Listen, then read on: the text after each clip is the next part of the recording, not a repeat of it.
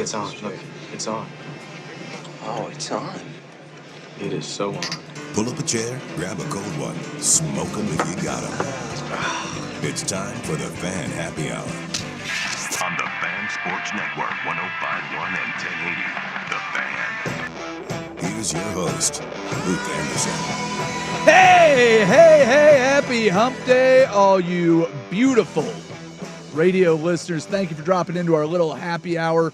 We appreciate you listening. If you're watching us on YouTube, here's a little hand gesture just for you. You're welcome. YouTubers, feel free to hit us up on the chat. Listeners, use the fan text line, 503-864-6326. That spells 503-2-GO-FAN. That's right. We'd love to have you join the conversation, share your thoughts, ask questions on any topic, or send Rust your top 5 Yacht Rock anthems so we can build the ultimate playlist. Ooh, yeah, there we go. And take over We'll the see world. If they match mine. We will see. We will. Have you ever considered building your own playlist, or do you already have one? Well, I mean, on Danny and Dusty, we had Yacht Rock Fridays. I understand that, but do you have like the ultimate power playlist where you can just put it on, share it with the world, and help fight evil? I did. I had to give up my what started out as a Rhapsody, then Napster account because my wife and daughter were calling me an old man, and so I had to quit paying for that. And now we're on Apple Music, and I haven't rebuilt my Yacht Rock playlist yet. No. So Well, we need to get working on that. And you can share it right there on the Apple Music. Sure. All right, so send in your favorite songs. So help Rust rebuild his Napster playlist. I'm curious to see what music. I'm curious to see if there are any new ones that come in that I've not already previously had on there. All right. Well, people, let's help make the world a better place. It is Wednesday, so that means I need to post the Facebook post, the X post with the Take Your Pick. Yes. I do have it ready to go. I sent it out. Our winner this week was Jeff Rust. Yeah. Congratulations. I am the smartest man alive. I have tasked you with trying to figure out what we should do tomorrow. Normally, we would have our listener winner, our office mate winner join us on the show. You're already on the stupid show. I'm already on the stupid show. And you're not taking the day off tomorrow, are you? No, not tomorrow. Because last Thursday we didn't Let's wait have till we you, get to next week. No, that's fine. Yeah. Just want to make sure. Like you win, and then you're like, I'm not going to be here. And then we'd have to have you call. I will be in here or tomorrow. Something. If you're just joining this show for the first time, we do an interactive pick'em. I will make that available to all of you fine listeners through social medias so that you can join in. It is a ton of fun. You play along with us every Thursday at 2:30.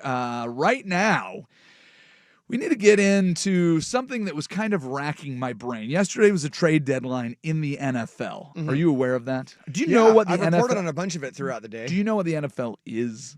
It is a professional football league. That's right, the National Football League. And I was just thinking, do the Cowboys still think that they have a chance?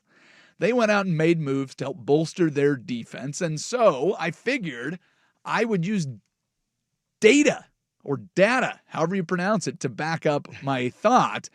So I started doing a little bit of digging just to see what are the chances if you've got 3 wins through week 9 that you actually make the playoffs.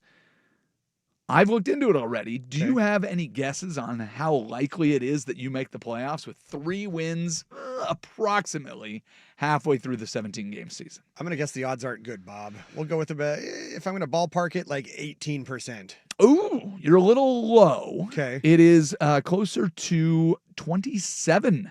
Wow, So just over 20% of the teams have 3 wins. So this is year 6 of the 17-game season. 21, 22, 23, 24.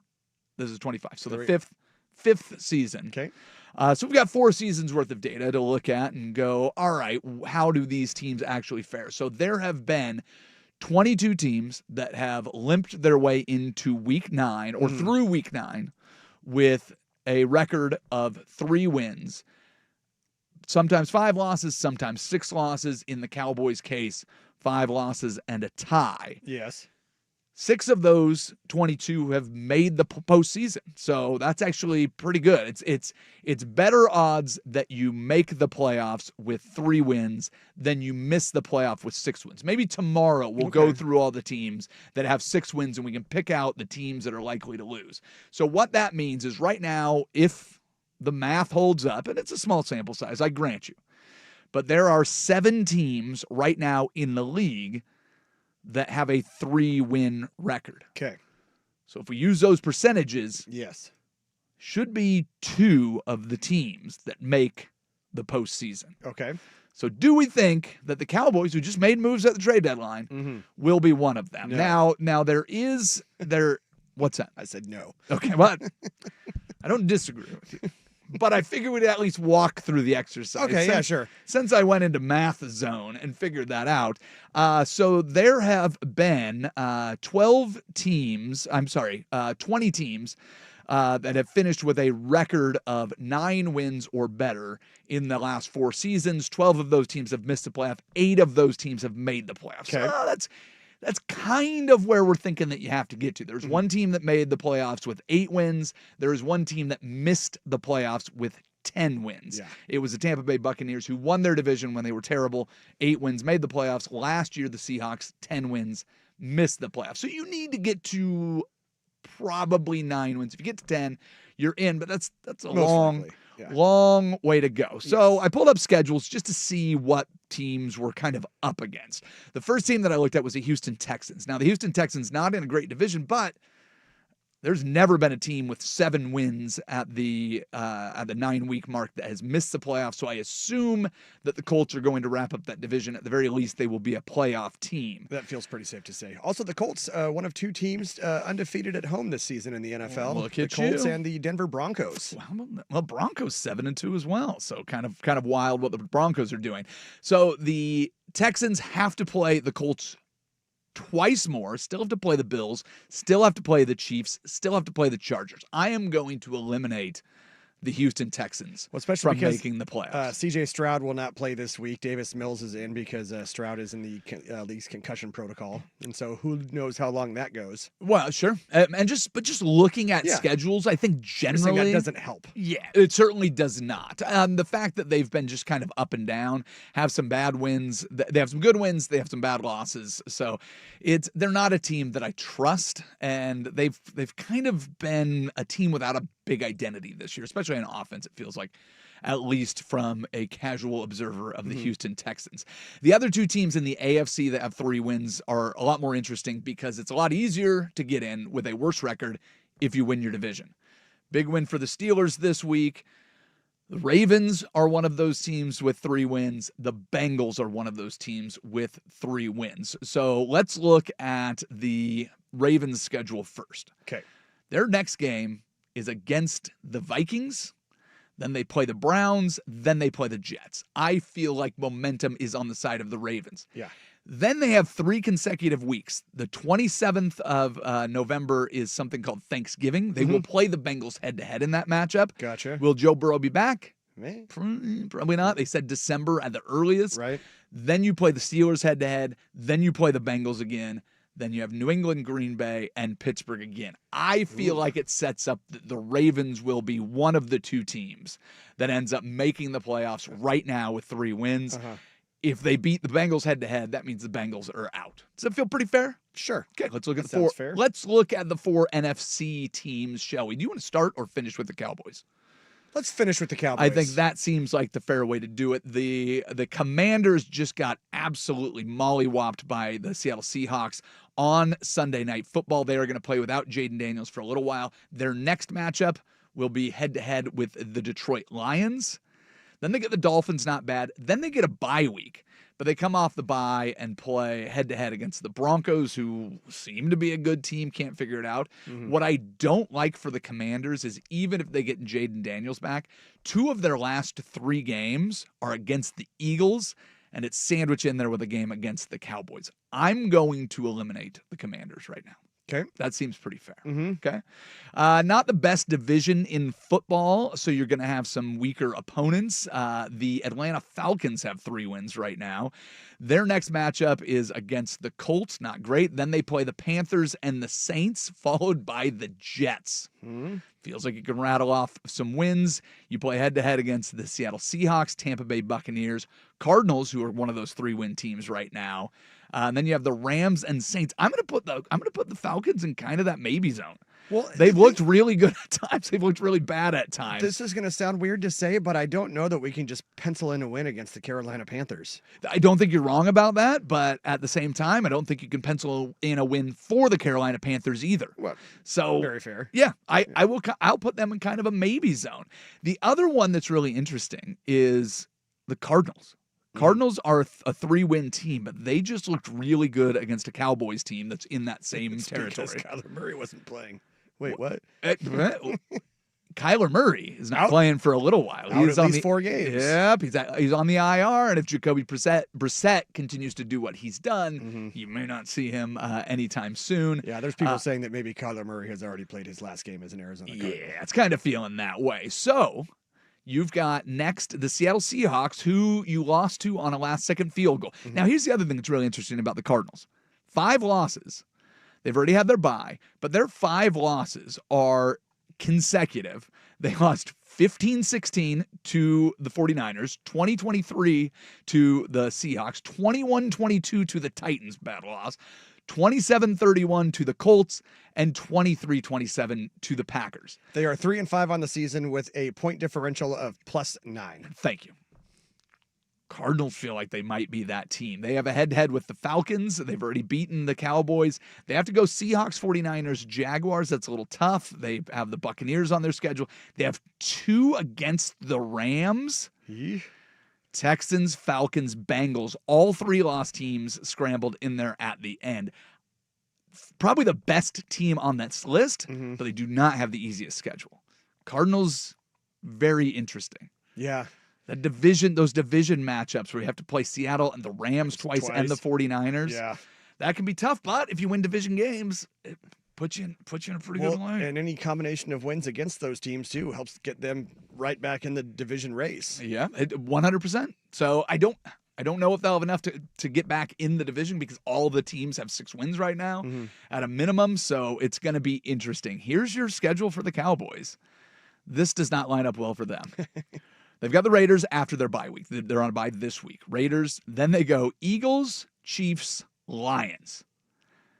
Then they have the Chargers amongst the Vikings, Commanders, and Giants. Finishes pretty good, but the next 4 weeks are going to kind of determine, or next 5 weeks, I guess, will determine what the Cowboys do in this. That's going to be a tough road to hoe there for the Cowboys. I'm eliminating the Commanders, but Falcons, Cardinals, Cowboys? I don't think the Cowboys, no. I wouldn't be surprised if all of them missed. I wouldn't be surprised if one of them made. I'm not sure who it is. So, but the Cowboys, if their defense is better, if their offense really is what it is, I mean, they just went out and made these moves. Yeah. So you've got the Raiders. You've got a bye week, so you guys can acclimate. Then you've got the Raiders. Feels like a win. Eagles are not immune to bad games if the Cowboys can go out. I mean, they lost 24-20 in the opening week of the season.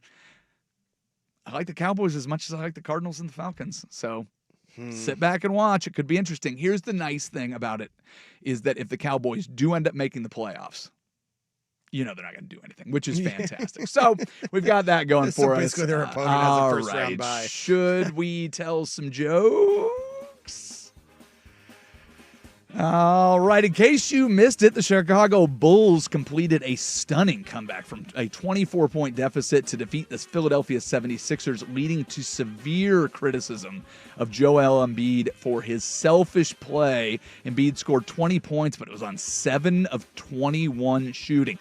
That is shocking. Philadelphia fans complaining? That's like the Sixers being a single star-driven team that ultimately disappoints in the playoffs. I mean, what are the odds of that? Philadelphia fans notoriously easy to please. Yes, exactly. Well, and the Philadelphia 76ers notoriously for trying their hardest to Yes. please said fans. They're a match made in heaven, aren't they? The Sixers Absolutely. in Philadelphia. Need In to James case Harden back. in case you missed it, New Orleans Pelicans star Zion Williamson has been diagnosed with a left hamstring strain that will keep him sidelined for a minimum of 7 to 10 days. Williamson has played more than 30 games, only in a single campaign, only twice in his 7 NBA seasons. Man, what a bummer. Even skinny Zion is still too fat to stay healthy. It's a bit disappointing.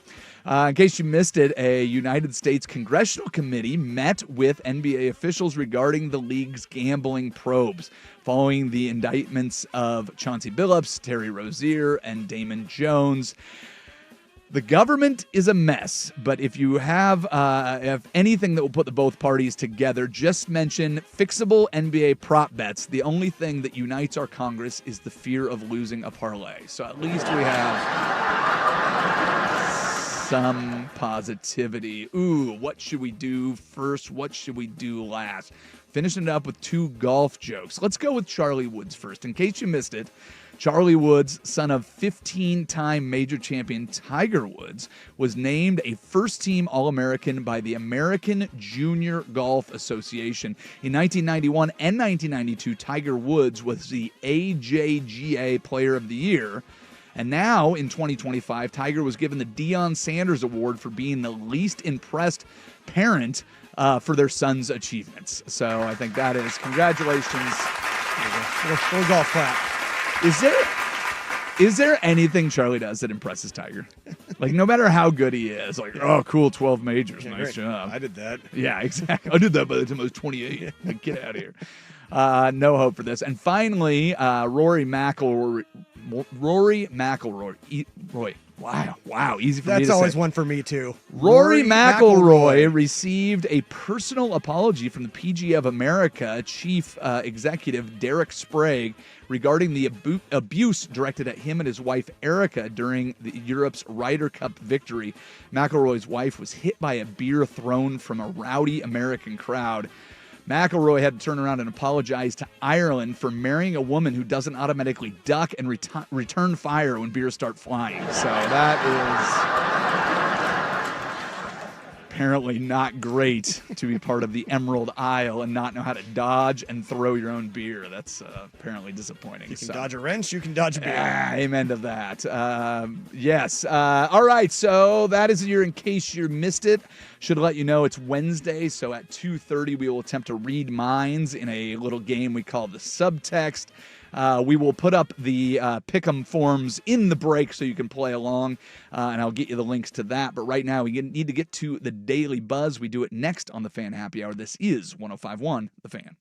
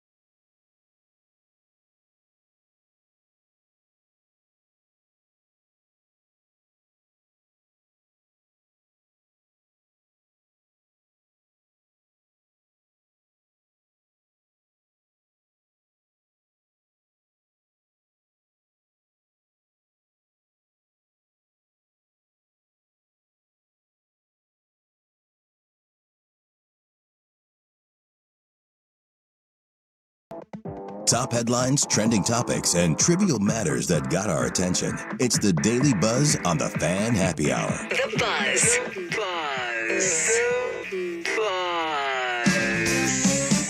Here's your host, Luke Anderson.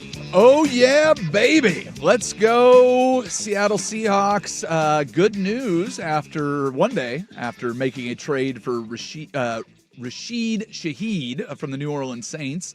They have already positive news from the speedster wide receiver, and he intends, apparently, to re-sign with the Seattle Seahawks. He has not played a game, but he already likes the vibes that are going on there. Of course, he is reuniting with his former offensive coordinator, Clint Kubiak. So the one thing that I am impressed with is you always like when your team goes out and makes moves. I think that's always positive. Yeah. Even more so when everybody praises the move. There is not a negative thing being said about the wide receiver from both the style of play standpoint, a fit with the team standpoint, and a personality standpoint. So it sounds like as good a move that was made anywhere during the trade deadline. And they needed another receiver body with Cooper Kupp being hurt for a bit. Yeah, he's not on the IR, but he's got the heel injury. But even at and he's not young. I was going to say, even at his age, Cooper Kupp not expected to take the top off the defense. The fastest speed achieved by any player all season, I believe, is Shaheed, over 21 miles an hour. So having a guy that can play fast, spread out the defense.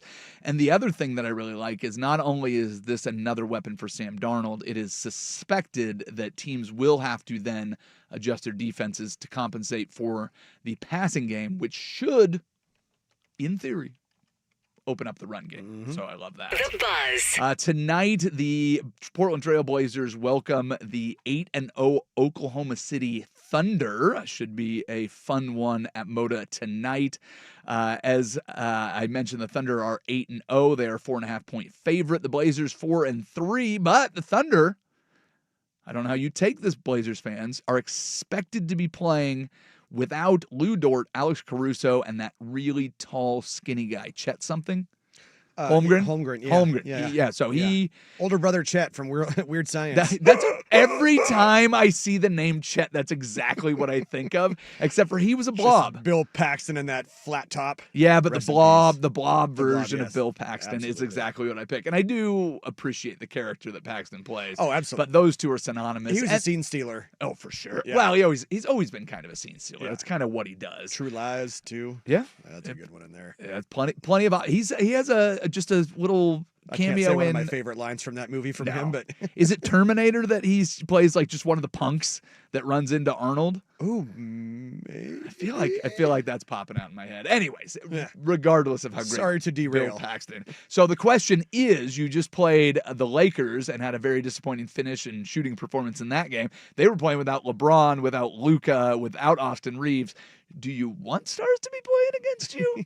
Right. You've got SGA out there, so maybe you can shut him down in what will be a free throw laden game, I'm assuming, but we will keep an eye on that and tell you what happens tomorrow. The Buzz. The Seattle Mariners, I don't know if we got to this all this week, but there are more and more hot stove things around your Seattle Mariners. $7 million club option picked up for Andres Munoz. The 226 option for Mitch Garver declined. Oh, I know, super disappointing. And Jorge Polanco has declined his player option for the 2026 season, so he will be now a free agent, expected to get a little more than what was being offered with his player option. Polanco finished the season hitting 265, 26 home runs, 78 RBI.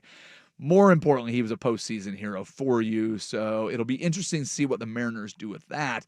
The other one that I'm very excited about, I think I've told you this. I try not to get caught up in trade rumors and buzz. I think it was Mike Vrabel that said, he was asked about, hey, it sounded like you were involved in some rumors, but you didn't make any moves at the trade deadline. Said it's like pregnancy. You are or you're not.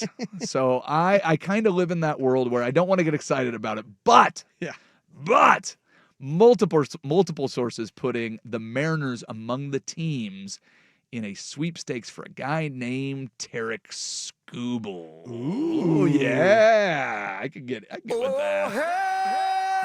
I would be very excited if that were the case. Elsewhere around Major League Baseball, Shane Bieber exercised his $16 million player option to return to the American League champion Toronto Blue Jays. 3.57 ERA, but great performances in the postseason. He was expected to be a highly sought-after free agent, but wanted to go back and give it another run with the team from north of the border. The Braves exercised their club option to get Chris Sale for $18 million in 2026. He went 7-5 with a 2.58 ERA, 165 strikeouts in 2025. Chris Sale still got plenty left in that arm, it feels like, and lefties tend to age a little bit better. So it hasn't been that long since he won a Cy Young, right? He won the Triple Crown last year in NL, so he's been good. But the Braves, I guess, you kind of assume that Chris Sale had a disappointing season because the Braves had such a disappointing season. But trying to run it back one more time. But hey, that's what the Blue Jays did. Last year they were awful. This year they were great. They made it within a couple outs of winning a World Series, but were unable to do it. But the Braves are a team that I would expect to bounce back pretty well next year. And bad news for the Padres means good news for your Vetter Cup repeat. Yu Darvish expected to miss the entire 2026 season after undergoing UCL repair. 39-year-old Yu Darvish is still at $46 million on his 3-year contract with the Padres, but they will be without the right-hander next season. Let's do it. Let's repeat that Vetter Cup. Should we walk over to the George McCoy at Warren Allen Sports Desk and see what we missed? Sounds good to me. Let's do it. Well, this update brought to you by Reynolds Defense Firm. If you've been arrested for DUI, you need a team of attorneys into whom you can place your trust. Call Reynolds Defense Firm today online at reynoldsdefensefirm.com. Well, Luke, I talked about a story that I was reserving for this segment earlier, but we're going to Omaha. Call an audible. Where was an audible that I heard this weekend that I wanted to remember? I think Red it was panties, Sam red Darnold. panties. It was not red panties. No, that's Tom Brady's, isn't it? I don't know. There's a good one. I've forgotten it. I can't remember what it was. But so, Mr. Anderson. Yes. Are you a fan of grilled cheese sandwiches? Yes. Of course you are. Why would you not be? Have you ever had Who isn't? You've ever had one of those burgers that is grilled cheese sandwich, all the hamburger fixings, and then another grilled cheese sandwich? That sounds like a lot, even for this fat guy. I know. Yeah. It is every once in a while. Now, the real question is, have you ever made a grilled cheese sandwich using mayonnaise on the bread instead of butter? Yes, I have. I do it often. No, you say? It's actually a game changer. So everybody's favorite Northwest Creamery dropping a new limited edition product for just that purpose. Tomorrow, the Tillamook Creamery will be unveiling Butternaise. Yes! A butter mayo spread made from Tillamook butter and Kewpie mayo. Can I tell you, I'm about 50-50 on butter or mayonnaise on the grilled cheese sandwiches. So this sounds perfect for you. Dude, this is right up my alley. I'm ready to go on this. And I am going to go the Tillamook medium cheddar with the Tillamook pepper jack and do the combo of this. Oh, and it is tomato soup season. Right? Let's go. Yeah, so how do I get my hands on it, Jeff Russ? Tell me more. Just hang on. Tillamook calls it the best thing to happen to grilled cheese since, well, grilled cheese. There you go. An 8-ounce jar will set you back $15. However, it does come with a spreader and 2 packages of sliced Tillamook cheese.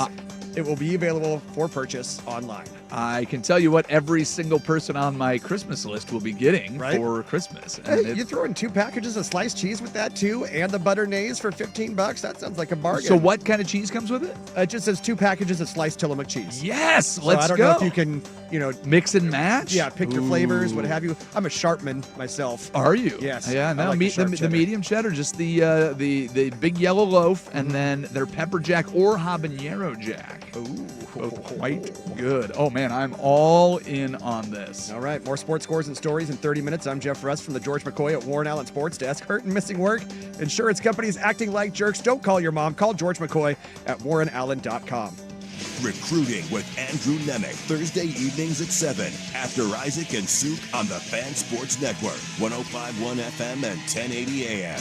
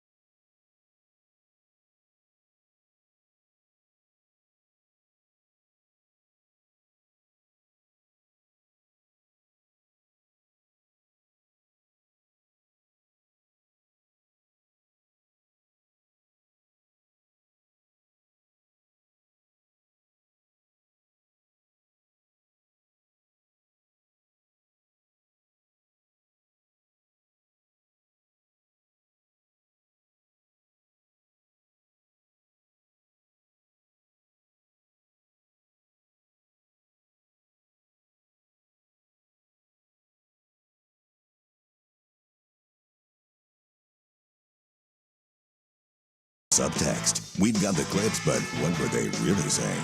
Let's listen in. Let's listen in. Let's listen in. Let's listen in. Let's listen in. No, I was, obviously I can feel the flow of the game and understand that we're doing really good on offense, but no, I didn't know that hadn't thrown an incompletion, but it's pretty cool. Someone at halftime said to me that I hadn't thrown an incompletion, so I think he's to blame for that, for throwing an incompletion in the second half. Well, that is Seahawks quarterback Sam Darnold. It seems apparently he was unaware. He had a perfect completion percentage in the first half of what ended up being a 38-14 rout of the Commies on Sunday Night Football. Mr. Anderson, what are you hearing when you listen to that clip? I hear a football robot. I hear a guy that is, I'm focused on a single play. I am only here to throw footballs. Even my jokes are very predictable, and I am just going out and trying to do the best that I can. It feels very much like he's the perfect quarterback for Mike McDonald, who is Coach Robot. There are some personalities on the Seahawks. There are two places that are not. That's your starting quarterback and your head coach. And I'm kind of okay with that. Mm-hmm. If they keep playing like this, I'm very excited to see what they do. And if you think back to Sam Darnold, we kind of I don't know if we trashed on him a little bit yesterday would be the proper term, but I am reserving judgment to see if he's a guy that could come through in the clutch. But I have a feeling that Sam Darnold is going through every different way to improve at football at all times, and I don't think he spends a lot of time doing anything else, which to me is a good sign, especially when you're going against Jacoby Brissett this weekend. Can you do to try to change course here? Yeah, we have to, and that's exactly what I told the team. We've got to do that, and when you miss it like we did tonight, man, that it's frustrating and all the emotions that go with that. I also said we're the same ones that have to dig us out. So we'll look at everything tomorrow and find our ways, but the answers would come from within, and so we've got to be able to do that. But yeah, it was rough one for us in the locker room. How do we fix? Where do we go? Like that's what the plan calls for. Coaches, players, everybody. That is Commanders head coach Dan Quinn. Obviously on the wrong end of the game Sunday night, like we just talked about with Sam Darnold. He sounds pretty defeated. That Washington football team currently 3-6 on the season. They just lost their star quarterback again. This time, who knows for how long? Luke, yes. Do you think Quinn is he running out of hope? It feels like he's running out of hope for this season, but I think he's looking at it where he goes, you know what? I was very close to winning a Super Bowl as the head coach of the Falcons. I've got a much younger quarterback. I've got a much older defense. Hopefully, I've bought enough goodwill with a new ownership group that seems to want to win in Washington. We're going to get a new stadium. We might need to pull the ripcord on this one, get a high draft pick, put some more weapons with a little more youth on the opposite side of the football from Jaden Daniels. Let's just punt on this season. Let's get through it. I don't want everybody to lose hope in what we're doing, but higher the draft pick, the better. Let's go and let's be great in 2026 or 2027. Well, and to me, it feels like a little bit, perhaps, of the case of the old sophomore slump too. Well, but it's not the sophomore slump. I mean, the guy's missed what 4 starts already, right. and projected to miss even more. He came out like gangbusters last year. He did. He's not performing as well in all the metrics, but Jaden Daniels has been good. But this defense just got another year older.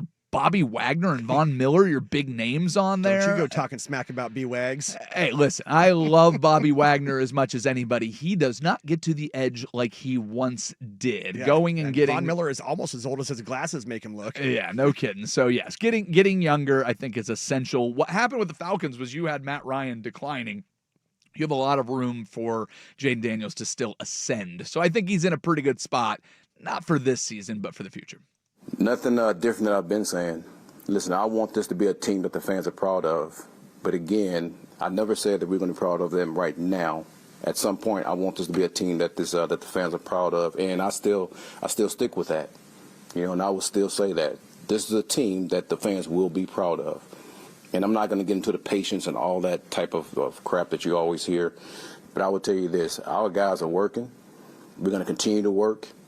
And, again, I'm going to stand by that statement. I want this to be a team that the fans are proud of. So don't let go of the rope. You've heard me say that before. And just continue to watch us work.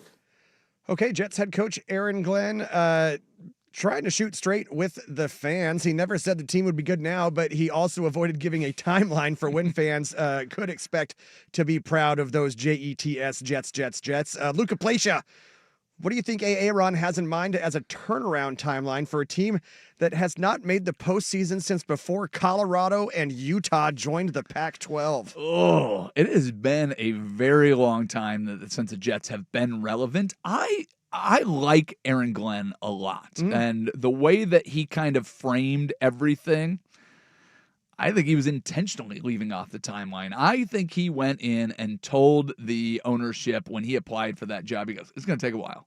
We're not going to be good out of the gates. I don't want to see you go and make a bunch of moves to try to get a veteran quarterback like they did with Aaron Rodgers, to go out and try to find the next quick fix for it. This team needs to be bad now. I think what he is saying right there is expect a loss. Yes, at the Browns this weekend. We will not be efforting towards a win. It will not help us. We want the first overall draft pick. And I know there's a lot of other bad teams, but we're just as bad as anybody, damn it.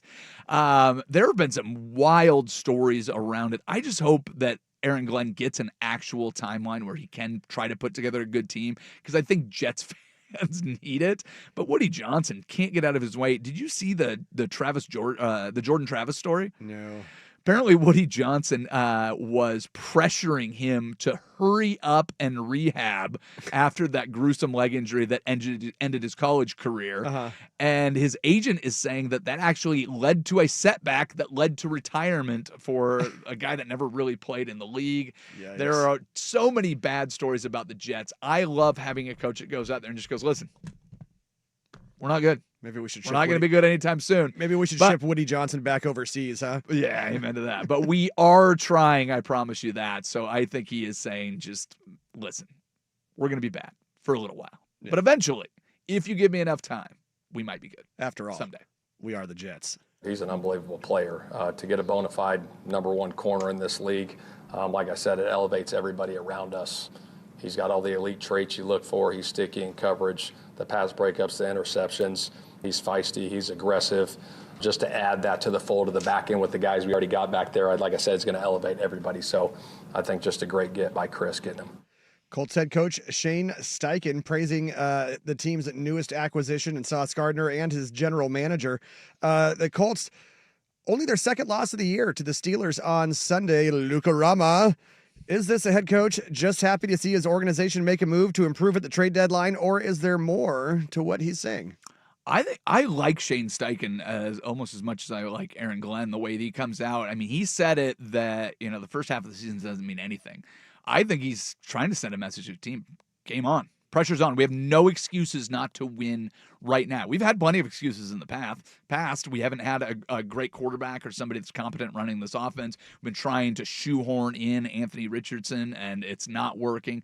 Daniel Jones has been good. Our running back is great. We can't have a performance like we just had. Don't think you're great. I think he's saying, game on. Let's go make the Colts great. And if I were the Falcons, I don't like my chances against the Colts this Sunday. Where are they playing? Somewhere overseas. Berlin? Germany? Berlin. Yes, Berlin. They're in Berlin. That's going to be a long flight back for the Falcons is what he's saying.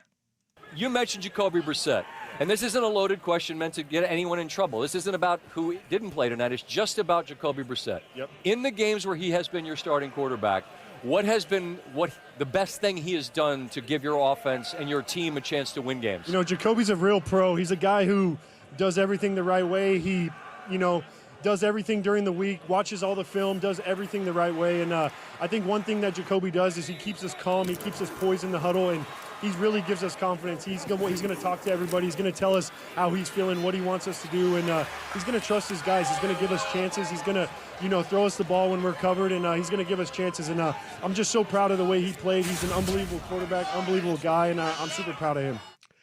Cardinals tight end Trey McBride blatantly disregarding the instructions given by one Scott Van Pelt. Lukey Poops. Were McBride's comments more about who played or who didn't play? Oh, every single one of those was the exact opposite of all the criticism that you hear about Kyler Murray. I 100% loved him just going, oh, yeah. Oh, there's a bus? Yeah, let me just go ahead and chuck him underneath it. Jacoby Brissett may be among the better backups in the league, but I think who you're backing up is way more important in this situation. Kyler Murray was actually tied to trade talks to go to the New York Jets. I'm so glad that they did not pull that trigger. There is $230 million left, I think, on the or in total on the Kyler Murray extension that he just recently signed. The Cardinals need to pull a Denver Broncos and just go, hey, we don't want this guy anymore. Just the rest of the league can take him off the scrap heap if they'd like, but we need to move on. If Jonathan Gannon wants to stick around, they need to do it. Clearly, the team is happy with anybody other than Kyler Murray. I don't know if this is a good or a bad thing for the Seattle Seahawks who take on the Cardinals this weekend, but Jacoby Brissett playing well against a bad Cowboys defense doesn't make me think that he's going to have a repeat performance of this. I think the Cardinals just happy to move on from their twitchy little midget. Quickly here, because we're up against it. Can I say that? That's a bad word. Little person. There we go. There you go. Yeah. Quickly, because we're up against it. The boys this morning talking about if you were a fan base of either one of these teams, who would have the right to be more upset in a straight up 1-for-1 trade? Kyler Murray for Tua Tagovailoa. No, that's terrible all the way around. Nobody needs to trade for either of those guys, let alone either of those teams. That's barf. No, that is just trading one cold sore for another. I think that would actually create some sort of evil vortex that would just suck in anybody that got close to it and make them too short and too terrible to play quarterback, but good enough to be designated as a starter. I don't want any part of that. That is disgusting.